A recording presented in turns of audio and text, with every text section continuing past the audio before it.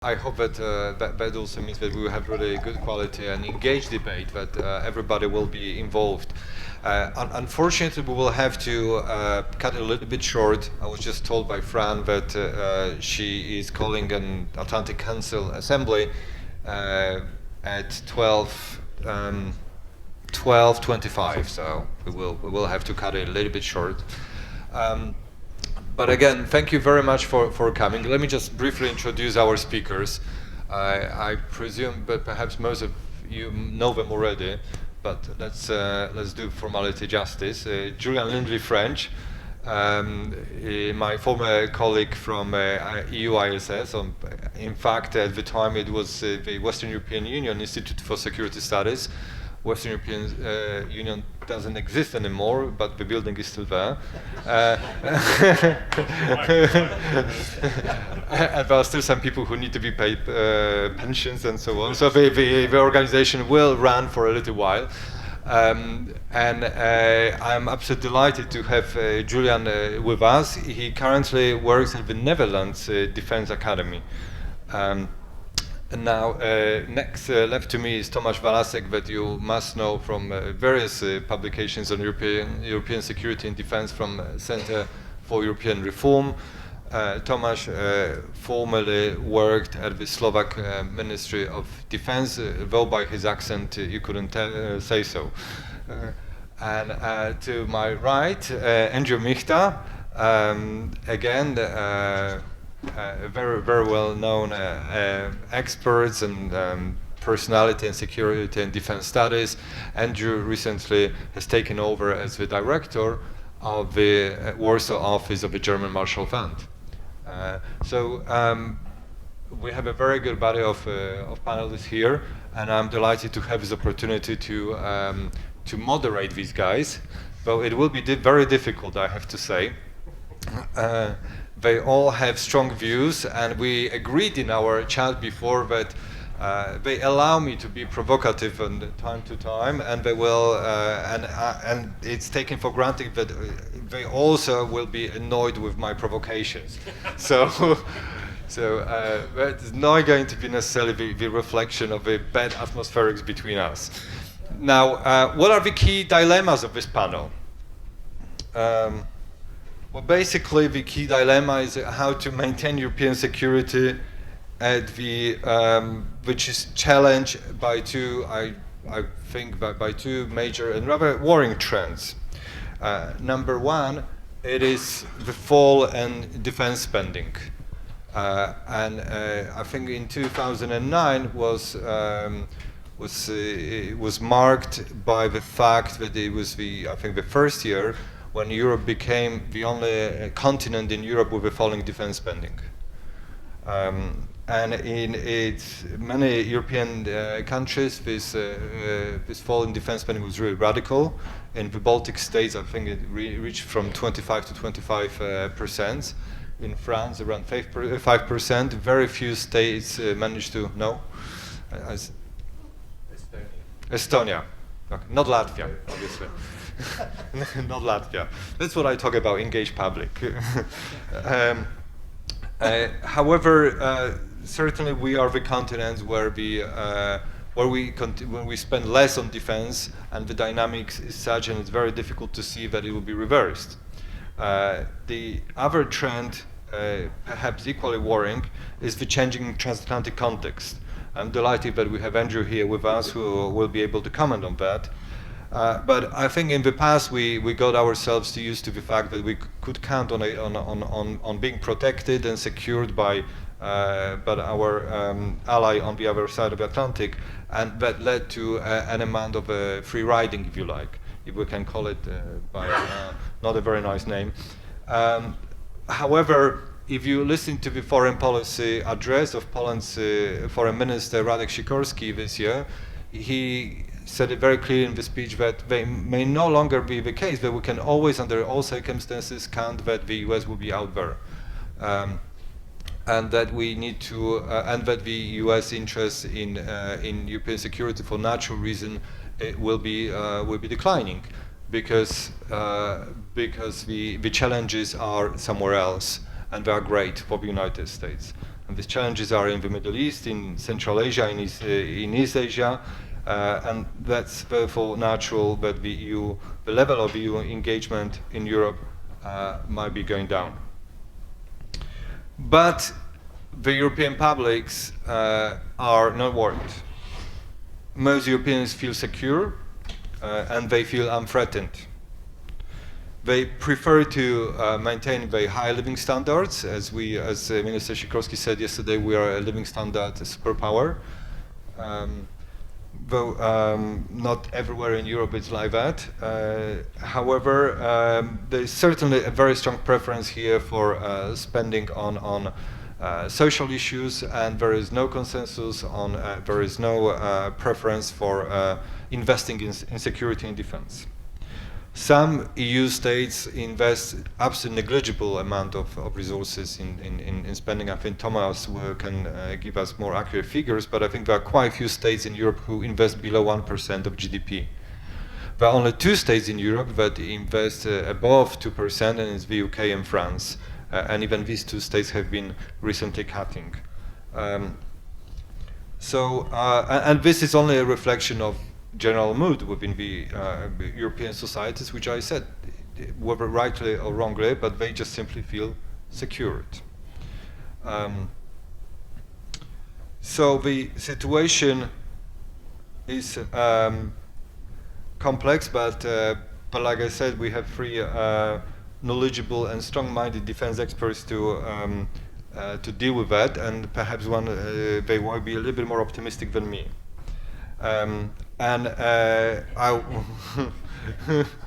no.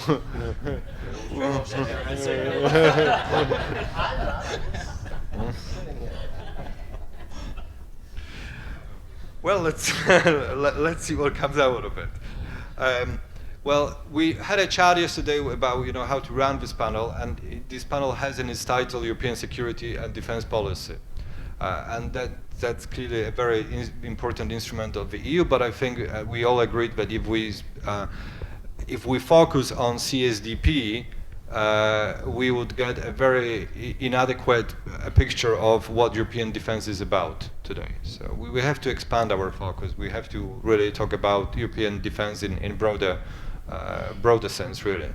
And also probably if we only talk about CSDP, the panel will be even shorter than it's meant to be. But still, I have one CSDP question which I would like to start with, and I put it straight to Tomas here. Question is very simple, really. What are your views on the future of this policy? What are the ways? Do you consider CSDP as the adequate, accurate way forward to develop European security and defense? Meaning, in broader sense, what are your views on the Franco-German-Polish proposal for taking up CSDP to another level and developing the planning headquarters for military and civilian operations? Do you think this is a feasible and sensible idea in the current climate? Well, thank you, Marcin. First of all, delighted to be here, delighted to see so many familiar faces in the audience. What the audience lacks in quantity, it certainly makes up for, more than makes up for in quality. The short answer to your question on what's the future of CSDP is it depends on you, Marcin, and on Poland. You will be in charge for the next 6 months. And I'm delighted Poland will be in charge. It's a serious country with a serious military that will be taken seriously by other EU members. What you have to say on the subject will matter and will be listened to. You could hardly be taking over at a more important time. For those of you who haven't read Secretary Bob Gates' speech yesterday morning on the state of NATO, European militaries and a transatlantic relationship, do so. Whenever a sitting US Secretary of Defense warns that NATO's future is dim and depressing, that is a warning that ought to be taken seriously on this side of the Atlantic. His message, quite simply, I won't summarize it, do read the speech, was because the Europeans spend so little on defense, the next generation of US leaders, those who have not grown up with the sort of attachment and commitment to Europe that Stephen Larrabee or others have in their DNA, will not be, will have no reasons to take Europe seriously, and therefore NATO's future may be at stake. Whether that trend is reversed, whether that bleak prediction becomes a reality or not, depends partly on you, Marcin, on Poland, and whether it can reverse the decline in our capabilities. And here I move straight into your question on operational headquarters, Polish priorities, and so forth. When I read the Polish priorities for defense for the next 6 months, when I read the Polish Franco-German paper, and when I have my conversations with defense officials, I see 3 sets of goals. I see some that are very useful, some that are not so important, and some that ought to be there and are not. And let me say 30 seconds on each. The one idea that I think is not that important, frankly, is the idea of operational headquarters. And you and I, Marcin, we've had these conversations on the subject over the years. I just don't see how, given that real capabilities, intelligence, data uplink, precision bombing, UAVs, given that we know quite clearly where our deficits lie, I don't see how a new headquarters adds to that, augments the transatlantic relationship. In fact, another thing that Secretary Gates mentioned in his speech, and do read it, it's very useful, is that when the Air Operations Center in Italy started up the operation, he realized there weren't enough planners to run an operation of a sort of Libya, and planners had to be flown in on short notice from the United States. So my simple worry is that even if you built the European headquarters, you probably wouldn't have enough planners to staff it. If you did staff it, if you did somehow produce enough planners to staff it, they probably have no troops to command. So to me, that's not where I would start plugging the hole in capabilities. That's not to say that the rest of the agenda is that I'm equally skeptical on the rest of the agenda. On the contrary, this is probably the only thing that I have a problem with. Another very useful idea that I've seen coming out of Warsaw, and one that I hope is taken seriously, and I will certainly help you produce a drumbeat for it, is the idea of putting battle groups on a permanent, predictable basis where the same countries would serve in the same time interval. That is important. Because when you go back to when we created the EU battle groups, the idea wasn't just to give the EU a ready-made, quick capability, quick reaction force. The idea was also to encourage permanent cooperation and hopefully integration among EU militaries. But on that count, we have completely failed, right? The battle groups come together for 6 months. It's one bunch of countries for a period of 6 months, then they disband, and then the same country will form another battle group 3 years with completely different countries. Whatever patterns of tradition and cooperation have been built are almost immediately lost.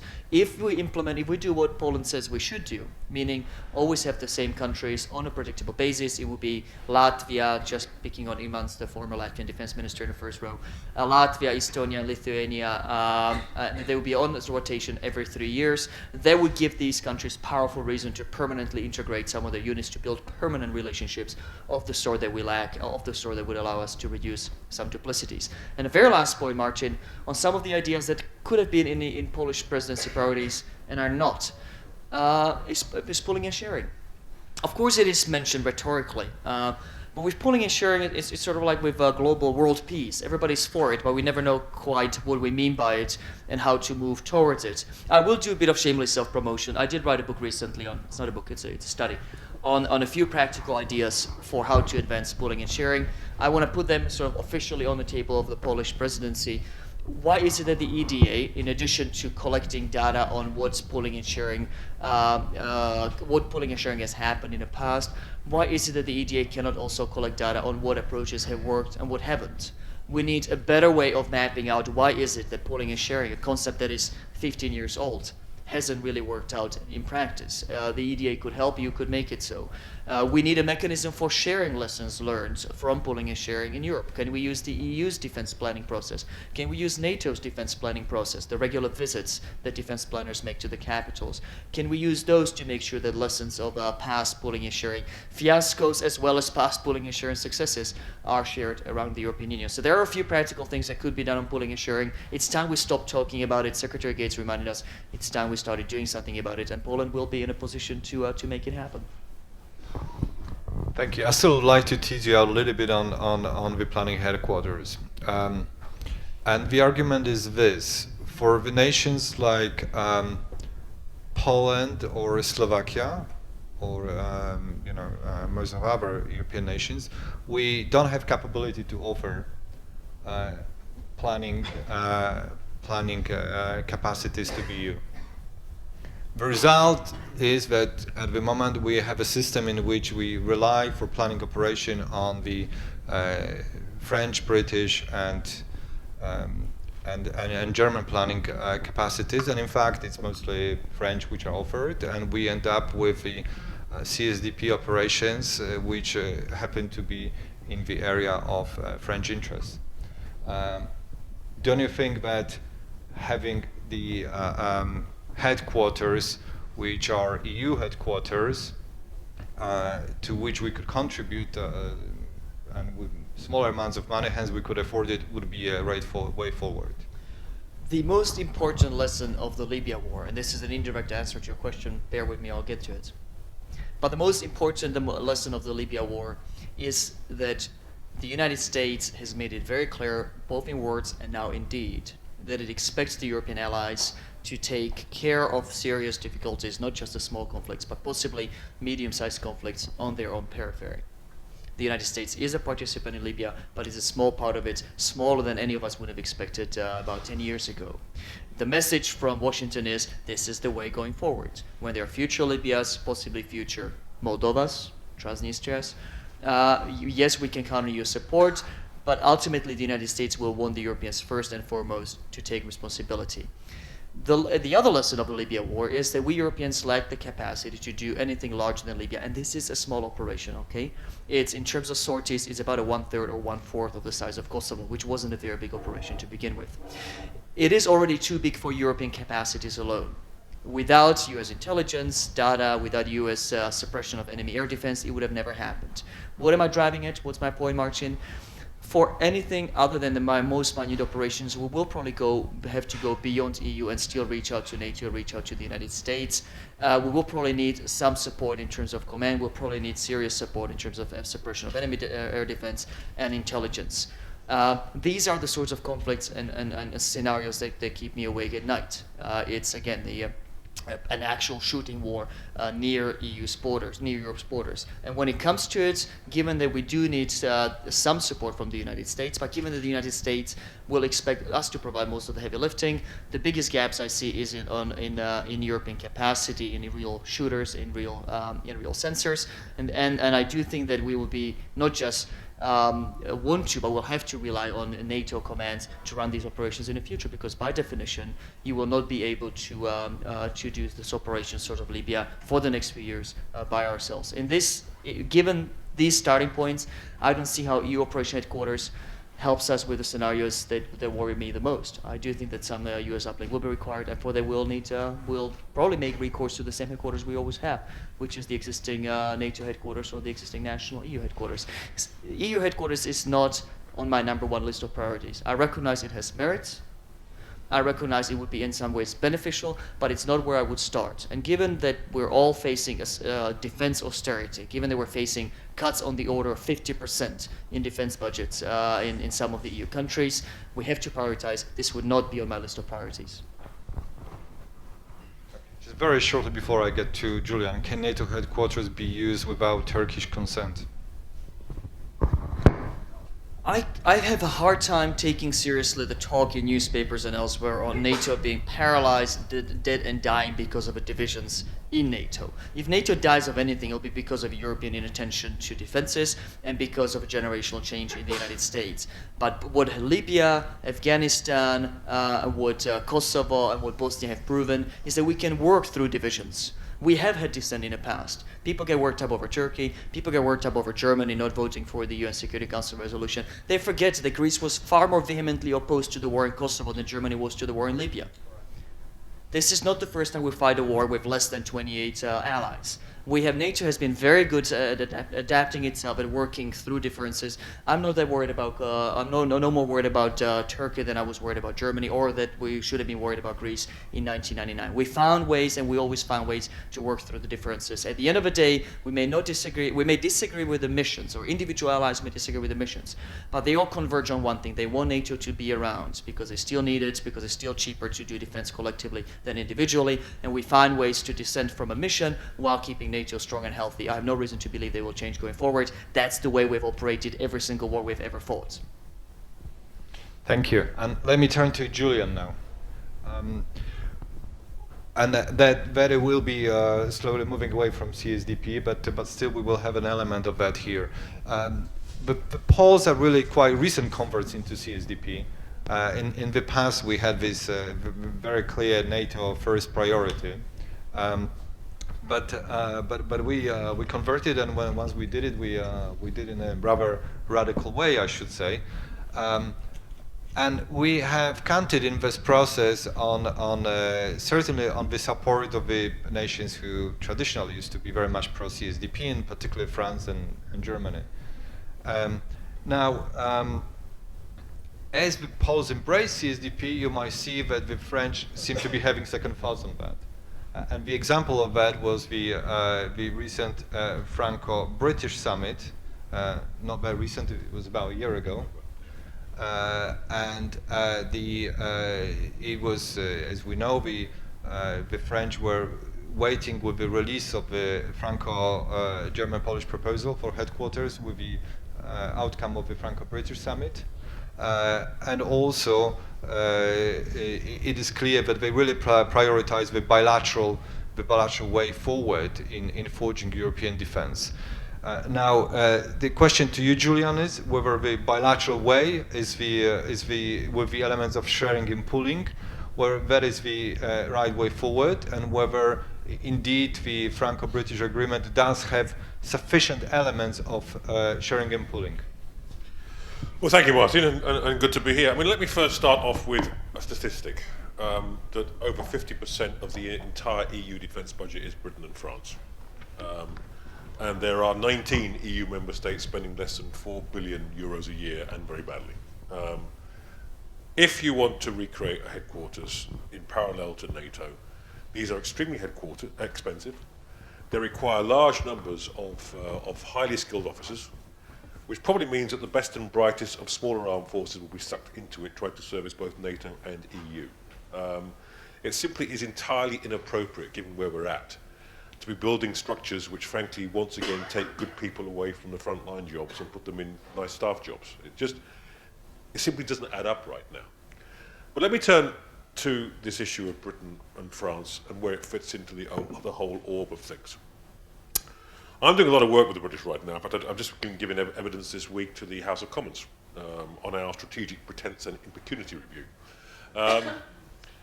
Britain is angry, very angry. We've got 400 dead in Afghanistan, some 5,000 wounded, and we don't trust so-called fellow Europeans anymore.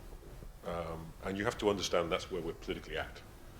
We're much more politically sensitive now to the Anglosphere, to the Australians, the Canadians, people who we can work with, speak the same language and don't endlessly talk and never do anything. And I'm saying it in those terms because that is exactly where Europe's strongest military power is right now. Now, if you want to go down the more philosophical line of building headquarters, etc., what you're all going to have to do is scrap a lot of national headquarters to do it and be radical. And I would say be radical. Smaller European countries should start looking at defence integration, because that's the only way that their defence budgets are going to make credible sense in the future if they're maintained at this level. Now the Brits, and how we view the Franco-British relationship.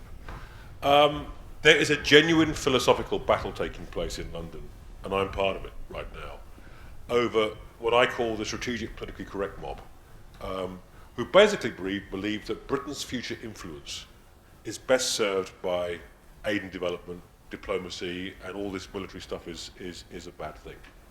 And people like me who believe that if you follow that line, what's going to happen in a few years' time is that a British Prime Minister will not resist the ability to send forces into dangerous places, and you'll get some underarmed poor Tommy in a hole somewhere trying to deal with the consequences of bad policy and bad strategy. Because that is the reality, and that goes for, by the way, most Europeans. I kind of reject Tom's point about we Europeans. What you've got in EU and NATO right now is a few countries who pay for the defence of the rest.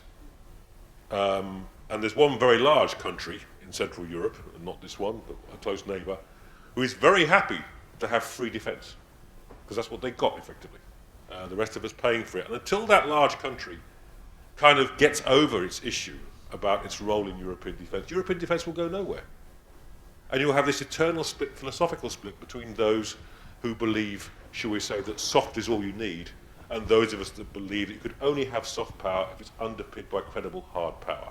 And that's what the Anglo-French relationship is about. The French have given up on the Germans.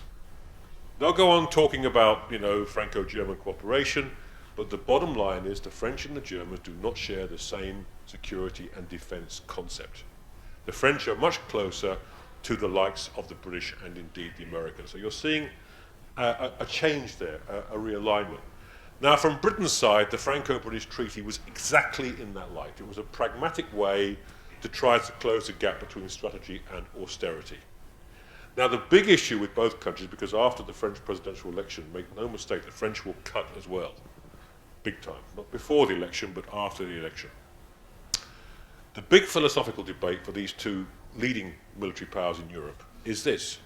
The Brits have said that come 2015, they will reinvest in the armed forces. We have these two famous aircraft carriers that are being built, which I called HMS Highly Unlikely and HMS Very Improbable. Well, they're being built because, you'll love this, they're being built because BAE Systems and Thales, the two contractors, wrote such a good contract that the government couldn't get out of it. And it's a wonderfully British approach to strategy. I mean, if you read the national security strategy and you compare it with what's actually being built, you'll realise that in fact the declared documents, the NSS and the Strategic Defence and Security Review, bear no reality to the contractual obligations of Her Majesty's government. So I would estimate that ironically in about 15 years' time, Britain will have a spanking new great navy because governments didn't know how to write contracts. And by 2030, we'll have the astute nuclear submarines, we'll have the Type 45 destroyers, we'll have the two super carriers, and we may have the odd biplane flying off them by then. If the Yanks can get around to building the F-35, which we're becoming grateful for, guys. I mean, you know, it's about time we did something. Do you have any conventional forces? Oh, absolutely. Yeah, there you go, Steve. So my guess is that the Franco-British Treaty will endure once London has worked through this whole SDSR cycle and kind of understands exactly how many unfunded commitments it really has, which is still a question right now, that we'll start pushing this relationship forward to bring other Europeans back to what I call strategic seriousness. Now, will that be CSDP specific or indeed NATO specific? My guess is this, that if the Turks continue to block the strategic renovation of NATO, or if certain EU members keep talking about CSDP but do nothing to make it real, then countries like my own will simply step outside institutional frameworks and start building coalition relationships with the United States, with other partners like the French who are willing to do it. So I think you could have actually a European defence made up of eight or nine countries, built on the basis of coalitions, built around national headquarters. That is the flip side of the Franco-British Treaty. And those of you who, like me, do actually believe in institutional defence because it's legitimate. If you don't have institutions behind defence these days, you lose legitimacy. But if those institutions become impediments to our security and defence, and I've been advising London at a very high level about this, and I'm very strong on this, if the talk continues and nothing happens, then my advice to my country is we will look elsewhere for our security and defence. We're not going to be held hostage by regional powers. We're not going to be held hostage by institutional irrelevancy. Renovation means that all options are on the table, and the Franco-British Treaty could go either way. It could lead towards a serious CSDP European pillar. It could lead to a European pillar that's a genuine European pillar within NATO that can act independently but also act with the United States. Or it could lead to a coalition of Europeans that do bring something to the American-led table but have nothing to do with institutions. So at that level, what we're seeing is a very important moment in Europe's security and defence development. Thank you.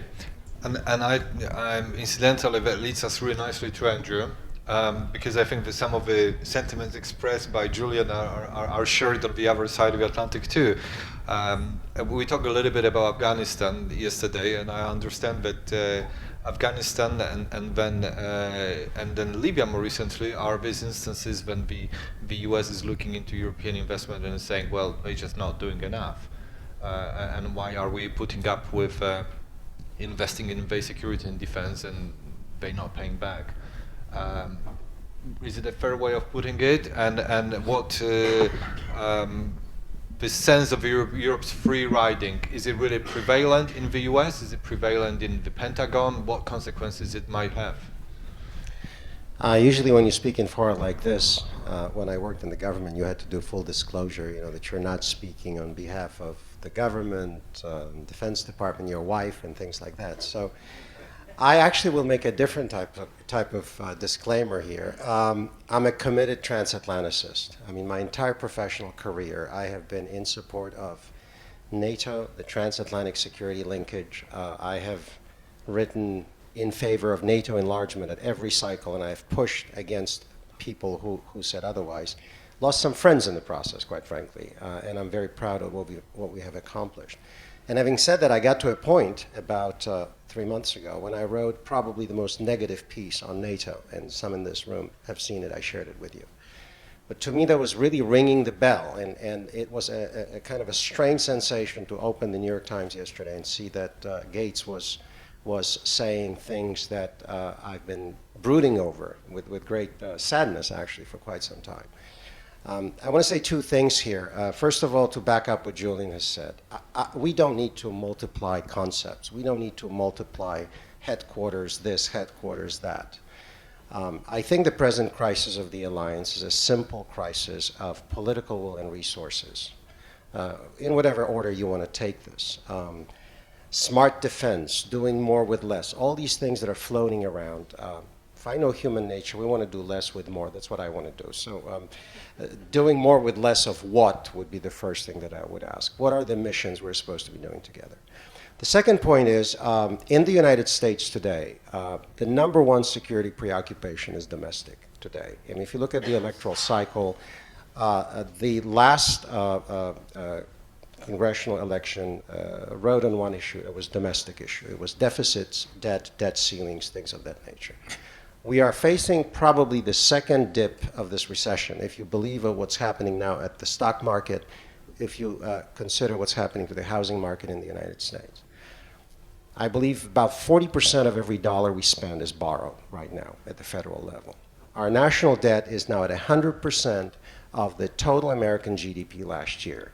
And the conversation on the Hill, if you followed what happened with almost shutting down the government, we were haggling over $39 billion. It's not a small amount of money, but with all due respect, that is not make or break in Washington. It was mostly symbolic.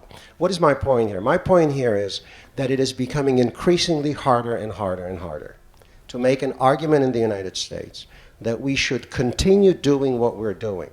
That is basically carry, even with the flattening budget, but carry this entire relationship, hats off to the British still, Julian, to some extent, and to the French at some quarters, but essentially allowing the rest of Europe to continue along the same pathway and say that that's okay. The second point I want to make, what's sad to me about the explosion, or if you will, the kind of comments that Gates made yesterday, we know this is not the first time he's done it. I remember him doing the same thing at the NDU seminar of the Albright Group when he basically stormed out saying the strategic concept without resources is not worth the money it's written on. Have a nice day. And he walked out at that point.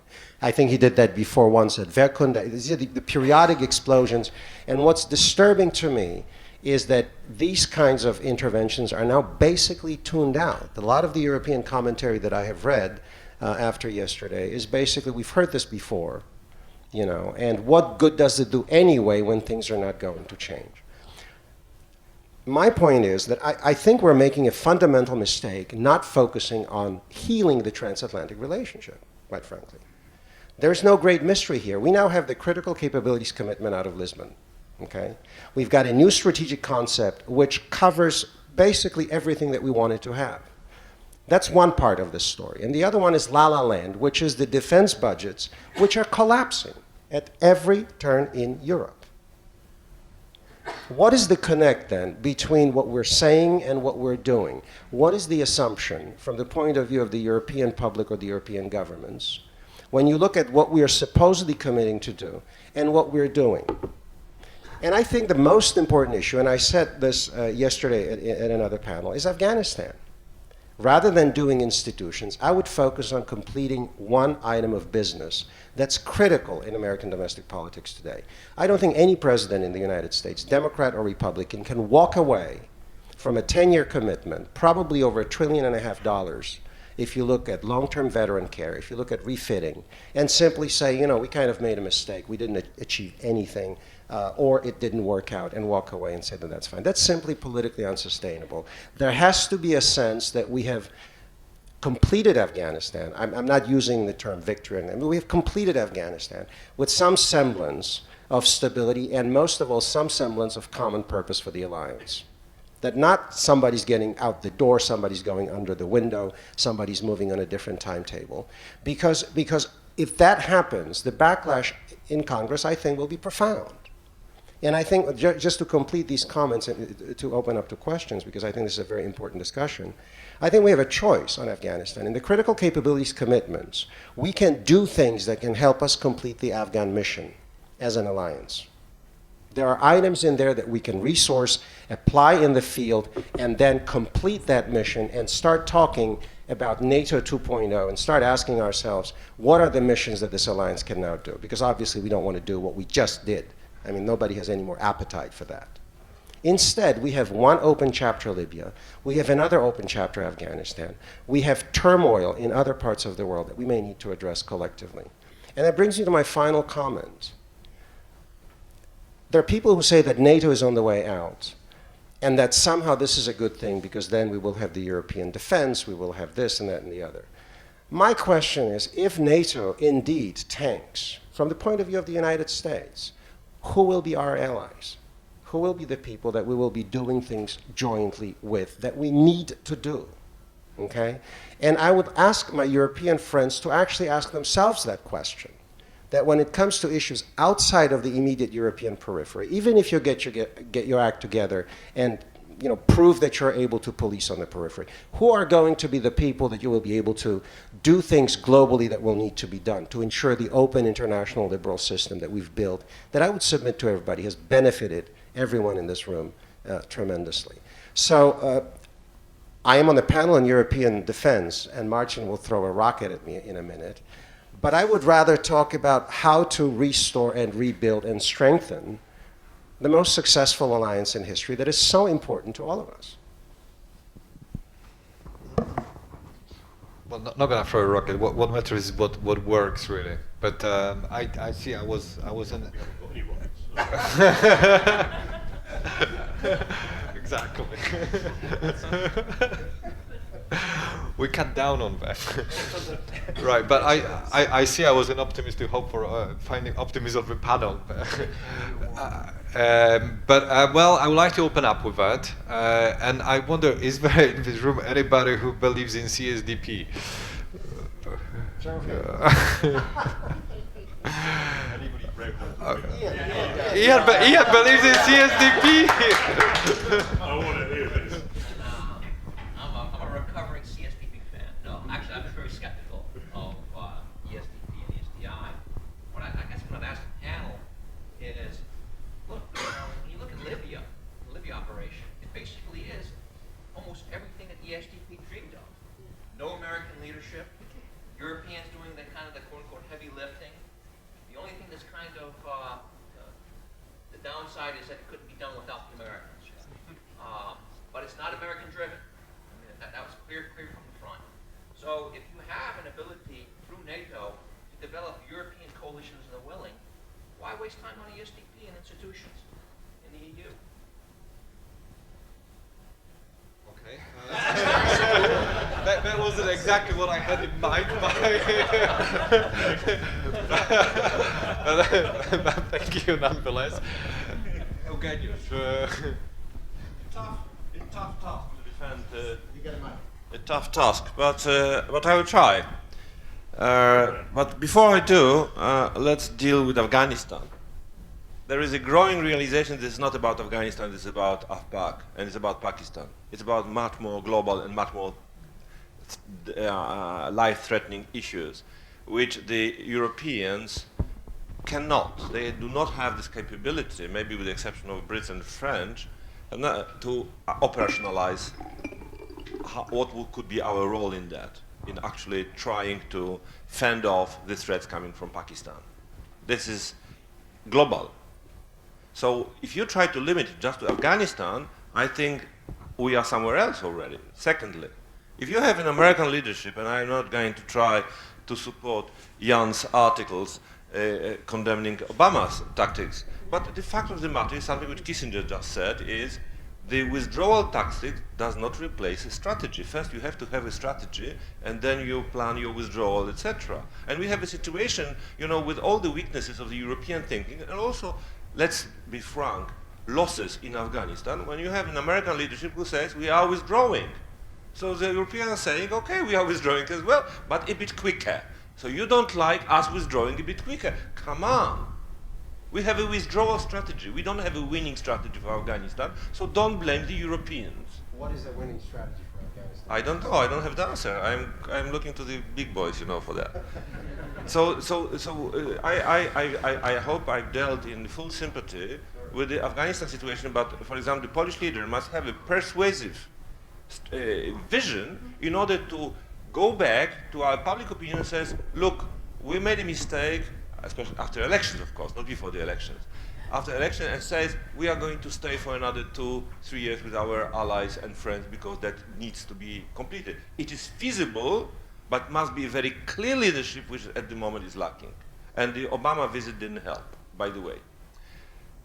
Europeans. Well, there was a change in the US as well. Before, the US, like the Brits, were dead against anything European, so-called European pillar.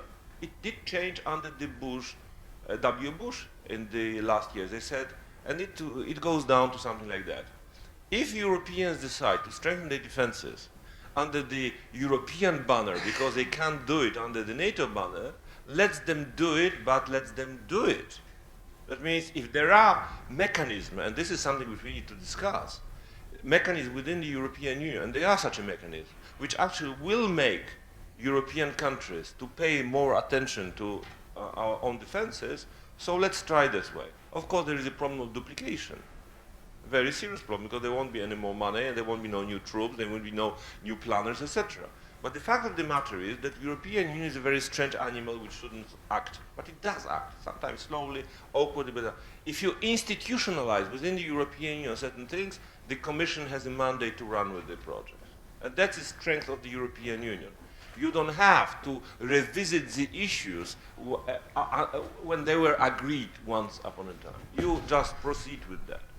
I don't have an answer concerning what you said about the number of planners, operational headquarters, etc. But the fact of the matter that we are developing our own intelligence, it is not new intelligence, it's just pooling and sharing the intelligence within the slightly different European context, different organizational context. Planners, it is a genuine problem, but planners are the things which you can develop, you can train people, you know, it's not a rocket science. It is important, I know how complex it is. More troops to command? No, the existing troops, but under the different sort of structures, ready for action. Would it be the battle groups, which is, I think it's a good idea, and make them permanent? Let's do it, like the way we fly over the Baltic states, for example. This is a permanent, more or less, you know, on agreement. So I understand, yeah, what I really,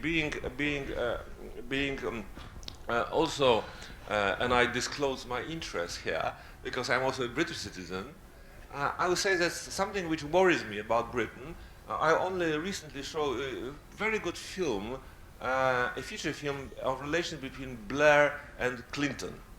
When Blair was, it is a very good film. And it says Clinton departing, after Lewinsky affair, departing, he says something to Blair in a very scathing remark, well, you with your little island, you know, it was really, you know, something which I didn't like, you know. But it is a reality. I mean, Britain has a great military capability and tradition, but in terms of the capabilities, it cannot act alone. So, and there are people in Britain who still think, great power, we will go. To do what? Well, so Julian, when you address this question of Britain and France, it's a question of actually making us strong in our neighborhood rather than thinking globally. Americans won't be happy. We will help Americans when we can. But we will help Americans if we actually satisfy the security needs in our neighborhoods, in the south and in the east, and in the north if necessary. Perhaps, yeah, I'll collect some, yes. Did I do it better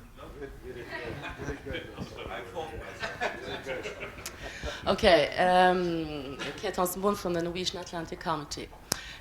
Just one question. How can we make an ESDP without German participation?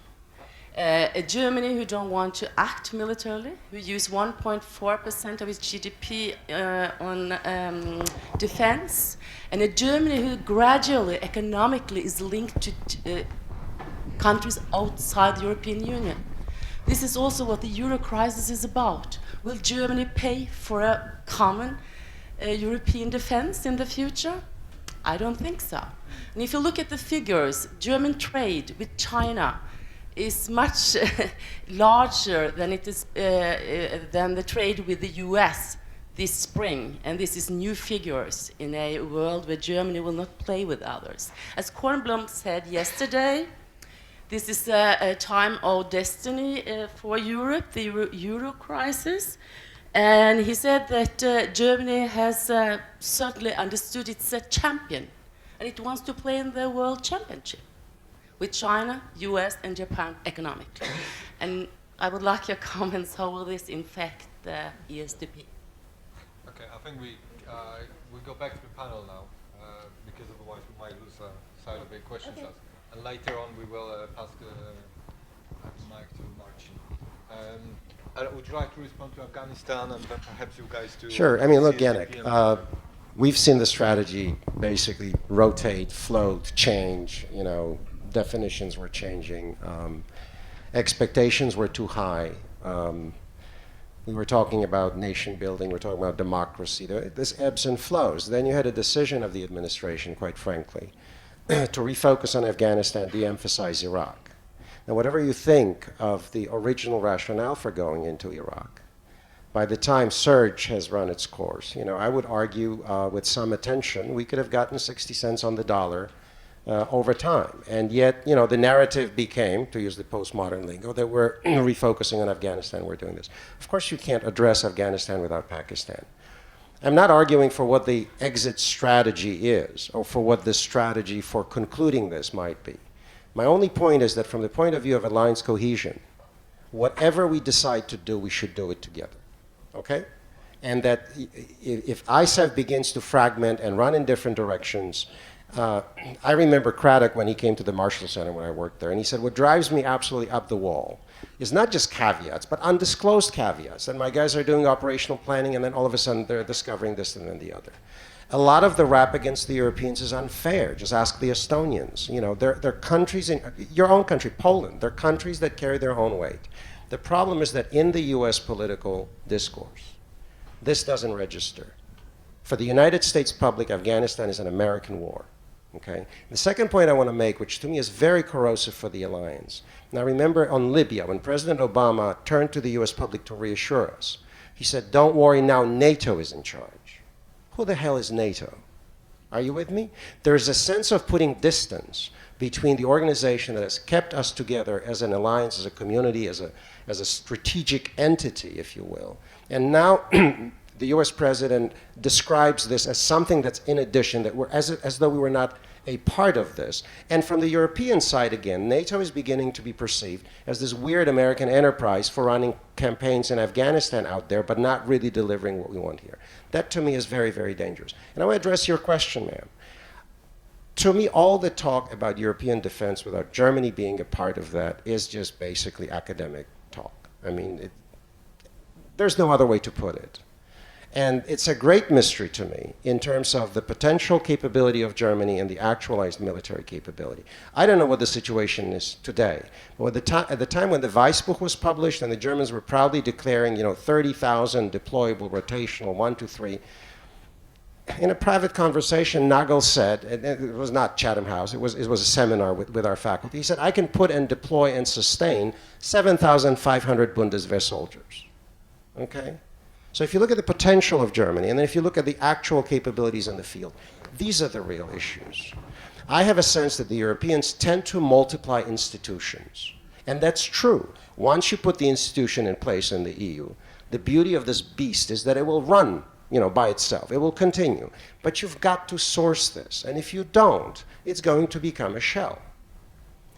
The thing that bothers me the most, you're dismissing what Gates is saying to a large extent. A lot of European reaction, I read Korski's editorial on this. The Americans are going batty again. They don't realize, they don't know. The reality is, we're a country of bad roads right now. We're a country where telecommunications don't work, okay? We don't have delightful croissants. We have a real army, a real navy, and we're sustaining the global international security system to a large extent. But the problem is that we're reaching the limit of what we can do because the public at home is saying, you want to talk about state building? How about Alabama? I'd like to do some state building in Alabama because people would kiss my ring if I brought a Marshall Center to Alabama. And Matt, who's a dear friend, we've worked there, where the Germans paint our grass and collect $35 million a year and shake our hands and walk away. I can assure you in Tennessee, where I lived before I came back here to Warsaw, that's exactly the sentiment. This is what we're up against. I think that Roland wanted to say something about CSDP without Germany. Yeah. Possible? No, I'll try my best to say anything meaningful here. I think all of these apprehensions and fears and dismissal of the German attitude are totally and utterly justified. You guys are right. Okay, what else can I say? I mean, because it's not even the question of does Germany have the money. It's not even the question of does Germany have one leader who could go out and fight for a complete reinvention of German attitudes to defense at large. I'm not even saying European defense or Atlanticist defense, but defense in general. I don't see it. And something very significant, when the Gates speech hit the news yesterday, the Spiegel Online, which does a good job at reflecting the German zeitgeist, the title, and it was on the #1 news of Spiegel Online, the title was Stingy America. And this morning, they somehow sheepishly changed that into the America that doesn't want to be the paymaster anymore. But for one full day, they had Stingy America, as the perception of what Gates is all about. I just don't see how this could strategically change. So we're back to Julian, and we're back to Ian, and we're back to coalitions in Europe, largely without Germany, and we're back to NATO as the only sustainable institution, because no one is going to create a European security structure under the framework of the European Union, right? Not any more than we already have. Nothing strategic. And then coming back to people and persons, the only guy who was beginning to change the zeitgeist in Germany was to Gutenberg. And well, I hear he's leaving Germany. I think he's probably getting a real PhD in Harvard.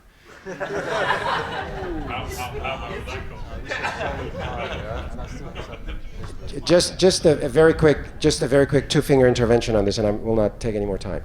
The problem also is that within the alliance, there is an ongoing disagreement about what this animal is supposed to be, despite the new strategic concept. And it depends on what neighborhood you are in. If you're in Central and Eastern Europe, and you look, or in the Baltics, it is clear what this alliance is supposed to be, right? It's Article 5, it's traditional defense, reassurance. You go farther west, something like Georgia doesn't register if you're in France or in Belgium. It's just an annoyance. And you talk to us, and we have a global security optic, and that's what we want to use the alliance for. So even trying to focus on the alliance, the question is agreeing which one of the three NATOs we're actually going to bring together into the center. Okay, I'm conscious that we have only 10 minutes left, and we probably would not manage to open up for another round of questions. I just wanted to ask whether people who raised their hands before, Marcin, did you want to comment on CSDP, or so why don't you do it now, and then you can respond, yeah? Can you Does it work? Well, thank you, Chairman, for the voice. Well, I just feel that 2 or 3 issues are lacking in this discussion. That's why I wanted to add it. Very quickly. Well, first the cuts. I have a bit of a feeling that we are indeed over exaggerating the problem of cuts. I mean, when you look at the last decades, I mean, there was first sharp decrease of cuts after the 1990. There was also the decrease of cuts in 1970s at the time period. And still, it had much more to do with the changes in the force structure. And this is the same that the history now, when you look at the force structure of those countries which cut the most. I mean, this force structure is outdated. Even in case of a conventional war in Europe, they wouldn't be useful, these forces, because this is not how the future war will be fought, even with state enemies, and not mentioning the non-state actors. So maybe the cuts are in fact the way to simply get rid of these scores of main battle tanks and redundant facilities which keep us from investing in what really counts, even if we want to face a state enemies in the future. Nevertheless, regardless of whether we do it within NATO or with EU. Well, then about the EU headquarters, I have a feeling that speaking about not about too much talks in the EU and too little action is a bit unjustified, because the EU was not allowed back in the 1999 to build up a serious military structure, nonetheless of its size.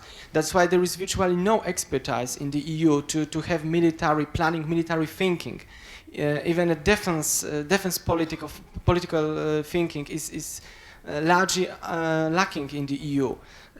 Because it was the Secretariat of the Council, because it was these are the Commission people who are now creating the European External Action Service, and they still need time to evolve, to accommodate new people, and new institutions could help. I agree that if you don't resource the institutions, if the states do not provide capabilities, then the headquarters would not be necessary. But on the other hand, we're not talking about the CSDP for the territorial defense. We're talking about the structure which could plan and effectively prepare a coherent civil-military operation. But the coherent civil-military means that we have at least some military underpinning in it. And this is what EU is lacking. And simply, sure, there is too much talks now in the EU. But let's maybe create any new, even very modest institutions, just in order to give it time to work out this kind of thinking.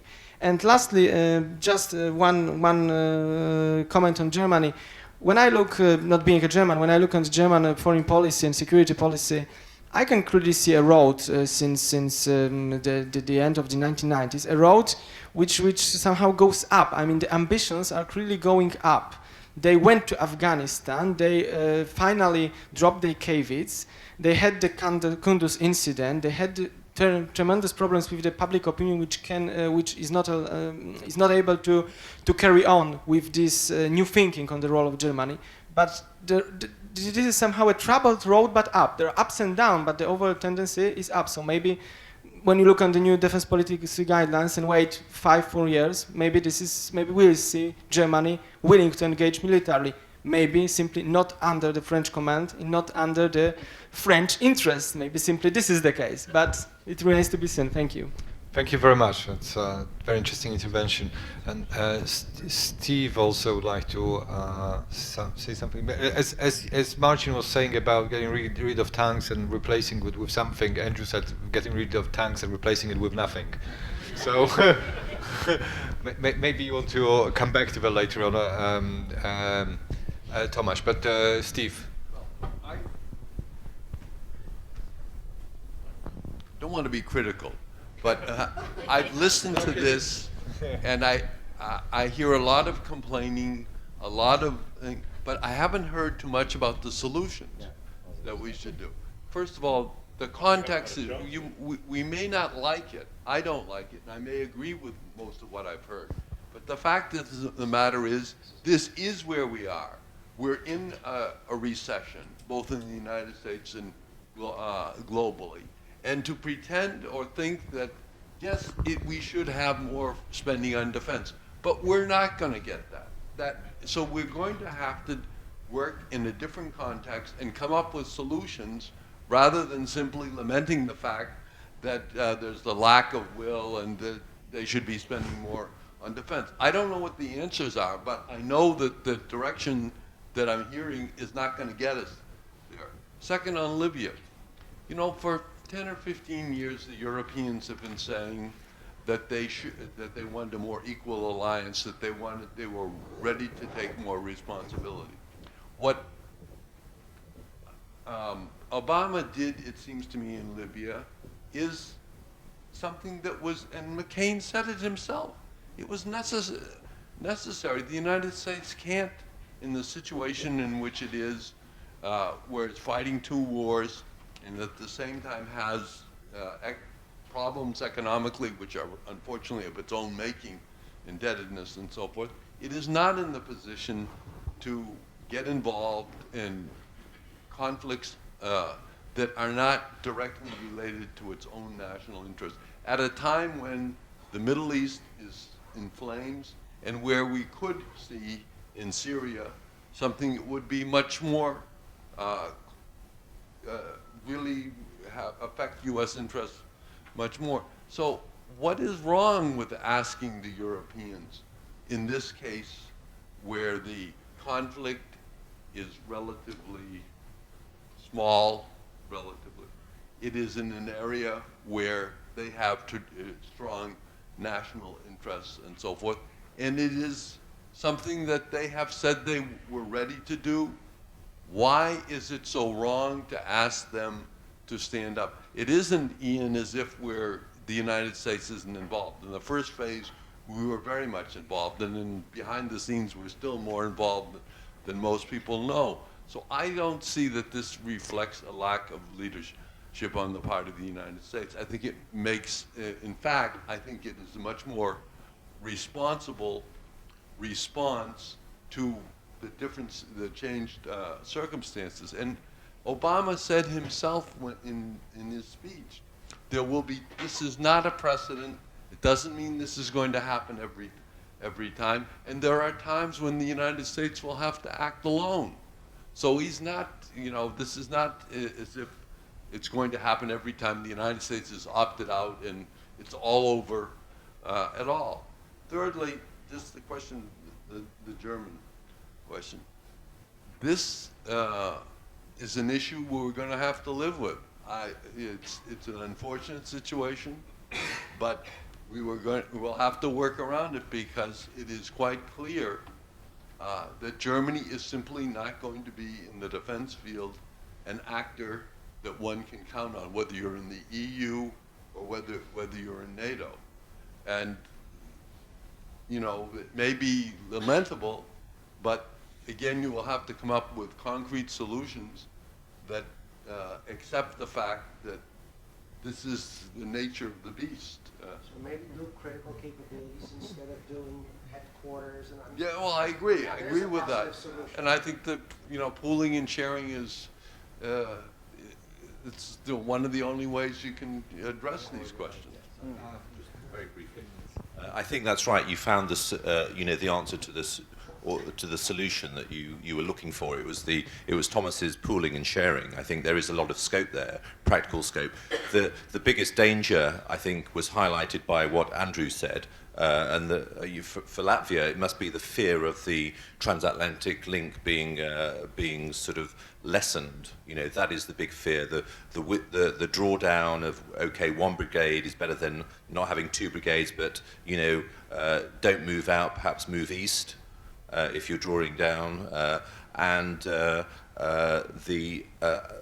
think Poland has, because of its imminent presidency, has become more European. We're still very much, our presidency is 2014, we're still very much NATO first, Marcin, and I think the real danger and the concern that we have is that for some reason the Americans will be losing interest in Europe, and that would be a disaster. We didn't join NATO to hear that there is a danger of NATO becoming irrelevant, which is what Secretary Gates said. That is a fundamental concern let's hope that NATO will remain relevant. Thank you.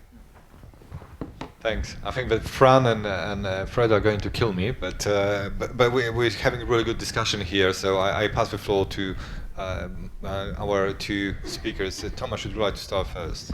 Sure, and I'll be super fast and telegraphic, Marcin, so they don't kill you.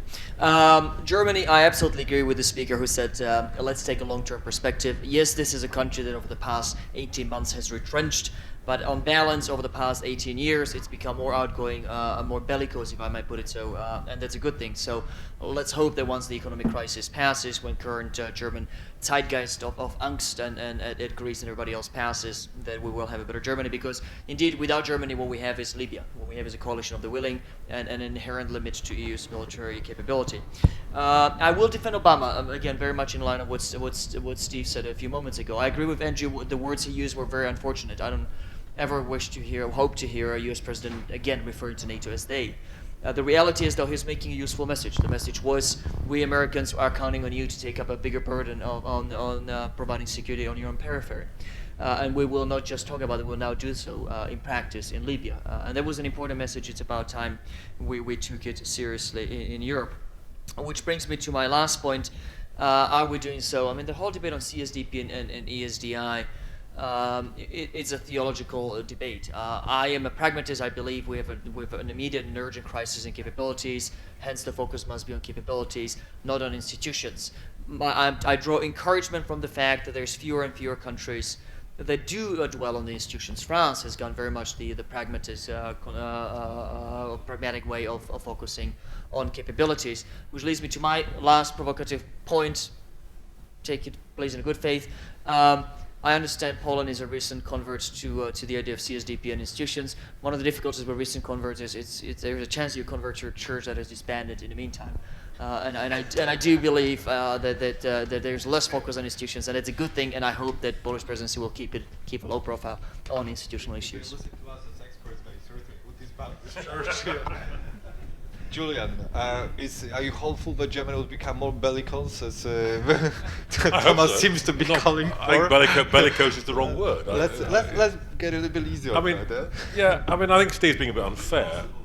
Well, yeah, I think Steve's being a bit unfair, actually, because you first of all have to understand the nature of the problem before you find solutions. And what worries me in much of Europe is the lack of willingness to face up to reality and where we are on defence. And as far as I'm concerned, what I've seen, and I read a report late last year on the Dutch Defence Forces for Russie, and basically what the Dutch did was they started cutting in the 1990s.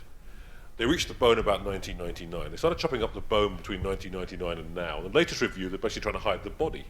And the political class just doesn't get this. And until the political class gets this, then we are in serious trouble. And we're moving into a very big world. Every strategic review I've read in the last few months, including my own countries, they all do the same thing. They start off in chapter 1 by describing this big world into which we're moving, in which there is indeed hyper-competition, emerging powers, all sorts of new threats. Then in chapter 2, they cut all the ability to influence it. I mean, it's quite amazing. Everyone does exactly the same thing. There is a disconnect which we have to sort of grapple. Very quickly on some of the specific questions, and we have to be specific here. Division of labour, Ian's point. It won't be simply easy enough to say that we Europeans look after Europe and the Americans look after the world. The Americans will expect some European support for their global role. It won't be that simple, and some of us will have to have that kind of capability, and that will include carriers. On Eugene's point about Britain, or somebody else's, we're still the second biggest cash spender on defence in the world, Britain. We have the most, we spend more per capita on our forces per soldier. Only the Americans beat us. British and French are the number 2 and number 3 world powers because the Chinese and the Russians simply haven't got that capability. That might change, but that is the fact today. Very, very quickly, Afghanistan. They're telling us off. Sorry? I know. Afghanistan, agreed, we have to finish the job and not mentally tune out. But there is this point about pooling and sharing. I take Tom's point, but pooling and sharing depends that everybody is prepared to honour the commitment on point of contact with danger. And the political problem why the British will not get involved is because we cannot be sure that if we invest in allies, that when it comes to the crunch, the Dutch government or another government might turn around and say, sorry, we don't want to do this. So it's all very well to talk about it technically, but politically it's extremely hard to make it happen in reality. And a final word on Germany. Germany has got rich in the last 15 years through the euro. It offset the high cost of German productivity. So Germany hasn't really got a right to complain about rescuing the euro and not doing defence, because Germany got rich out of it. You know, we agreed about this. But, you know, I trust Germany, and I really do hope and pray that Germany will indeed take its leading role, and soon, because without it, in a big world, we're in trouble. 2 seconds, Marcin, on pooling and sharing. Your point is absolutely right. It can be you create dependencies that could be dangerous, but there are ways of going around the dependencies. You can do what the Belgians and the Dutch did. You pool training, you pool maintenance, you pool procurement. You don't pool operational forces. Pooling and sharing is potentially dangerous dependency, but there are ways of guarding against the dangers you mentioned. Right. Well, we could easily carry on for another hour, I think, but we were told off, and now they're calling us for another panel. So I think that 3 points that we established here is that CSDP doesn't. I think that the panelists agree. I disagree, but they agree. So I have to respect that. CSDP doesn't need another institution. I mean, like I said, I disagree. NATO must be looked after. Transatlantic link needs more investment on our side, and Germany must do more heavy lifting. And finally, we should stop complaining and look for solutions. That's it.